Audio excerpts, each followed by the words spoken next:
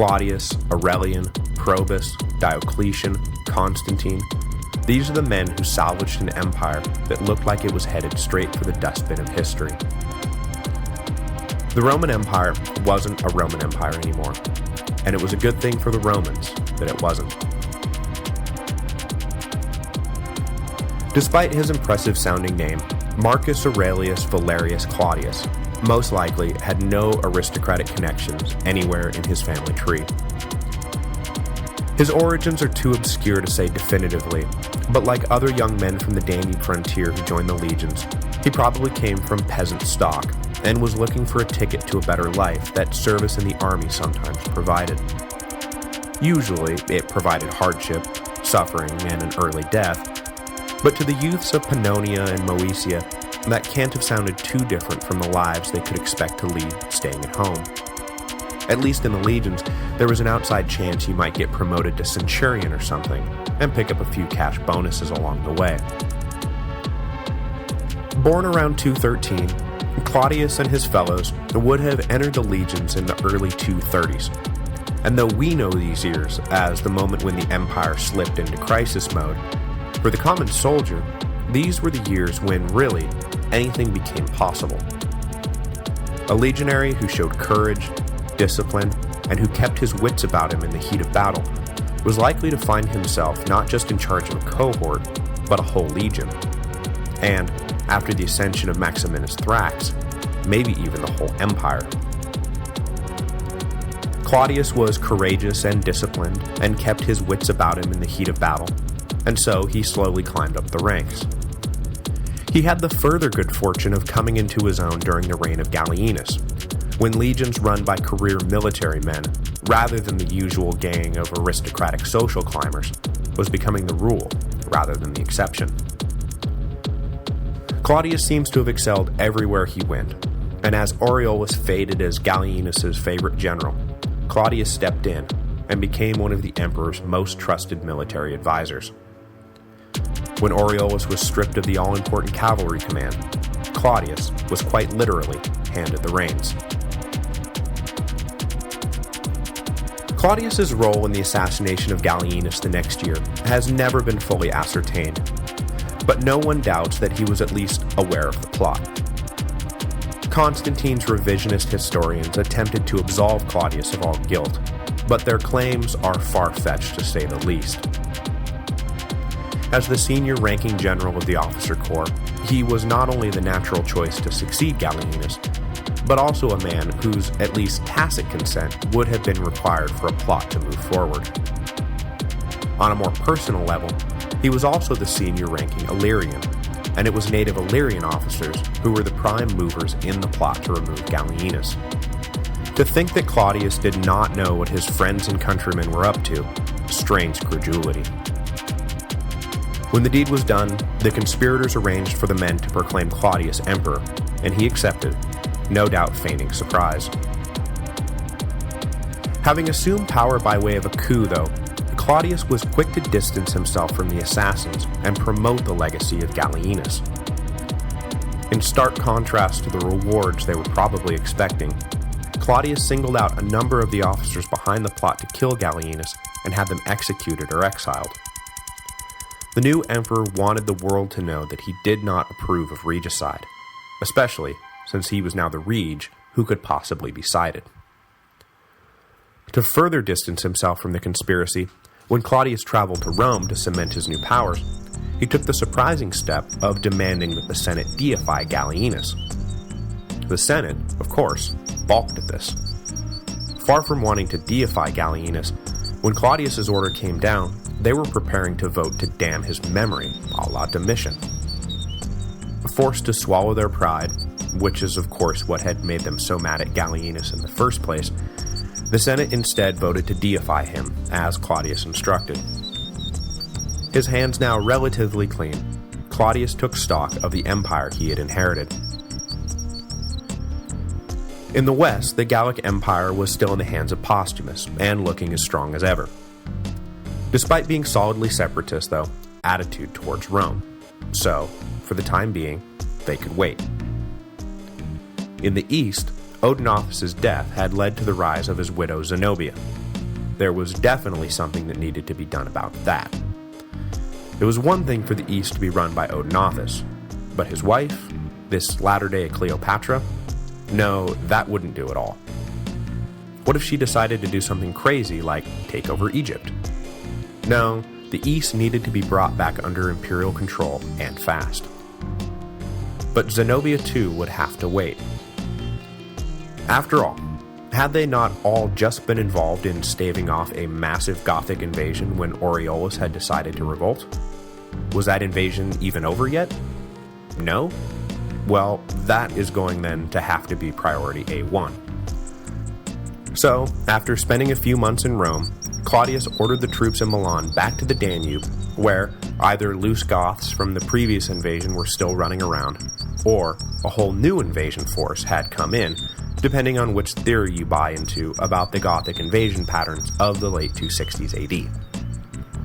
Well, that is, he headed over to the Danube directly from Rome, as long as you believe that one particular theory about Claudius's movements during his 18-month reign. I happen to believe that theory, so that's the version of the story we're going with, but just so you know, there is another theory that has Claudius dealing with the penetration of an Alemanni horde into northern Italy before he went to the Danube to face the Goths at Nisus, but this just doesn't seem logical to me from the Alemanni's point of view. The theory I happen to believe is that Claudius went to the Danube, fought the Goths at Nisus, and while he was busy, the Germans made their move, and Claudius was forced to return to Italy to deal with them.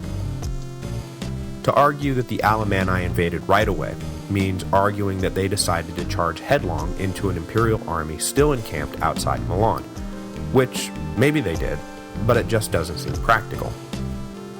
Better to wait until the Romans withdraw the bulk of their forces back to the Danube, right? That seems like the savvy play. So Claudius marched the imperial army back to the Balkans, where the withdrawal of Gallienus the previous year had left the Danube provinces open to further Gothic attack. Scholars have gone back and forth about whether the threat Claudius rode off to face represented a continuation of the previous invasion, or whether the Goths had abandoned Roman territory, regrouped, and were now launching a second invasion. If there was a second invasion, it followed very closely the route taken in 267, with a massive Gothic fleet heading down the Black Sea coast, passing into the Sea of Marmara, and from there into the Aegean, sacking and pillaging all along the way.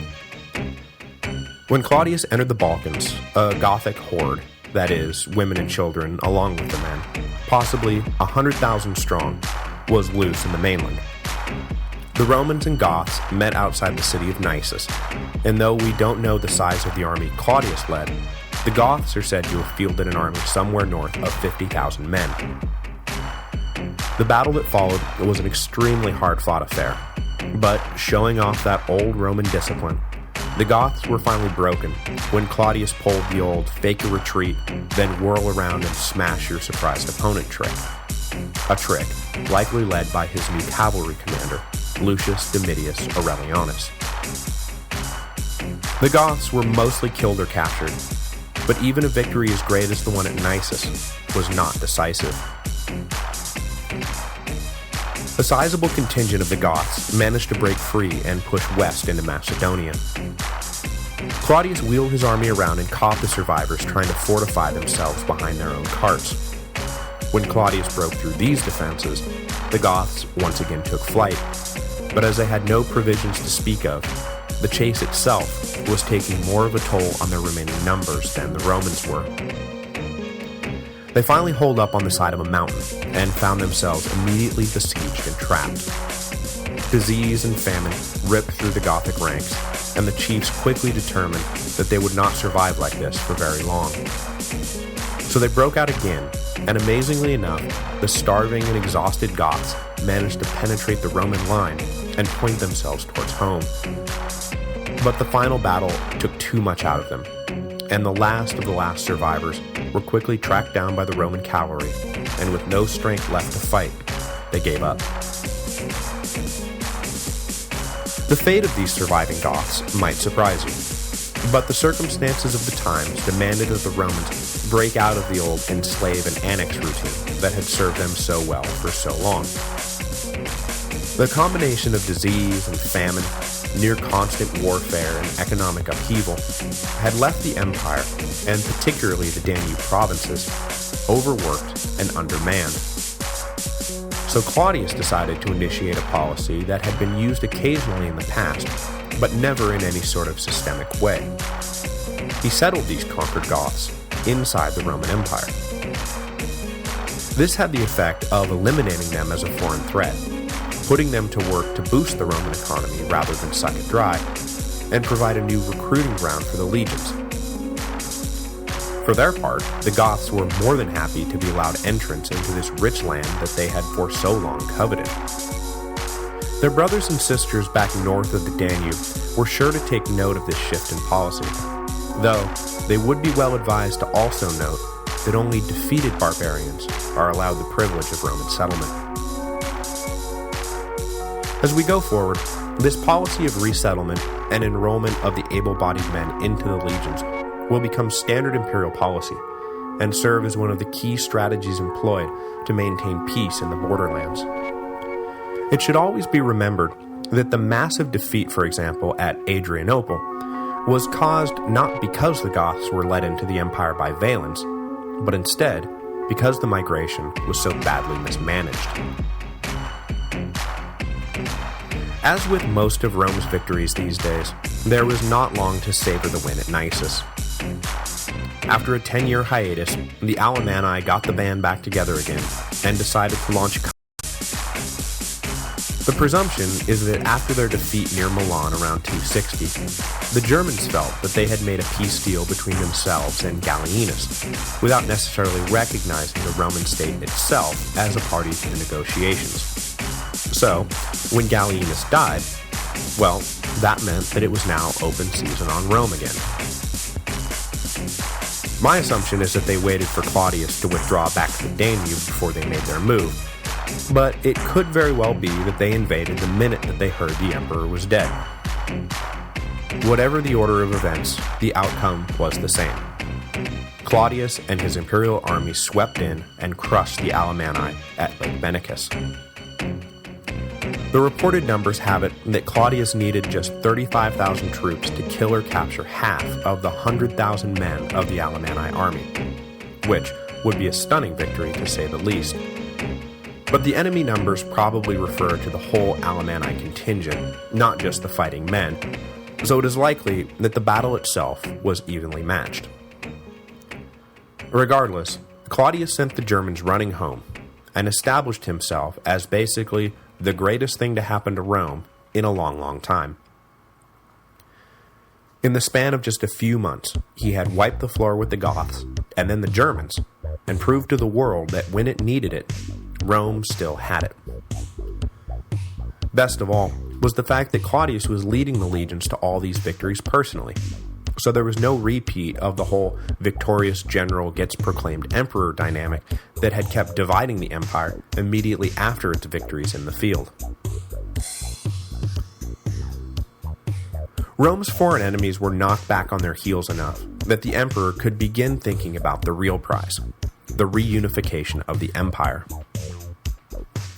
Though the situation in the east was essentially the same as when he took office the year before, the situation in the west had changed dramatically.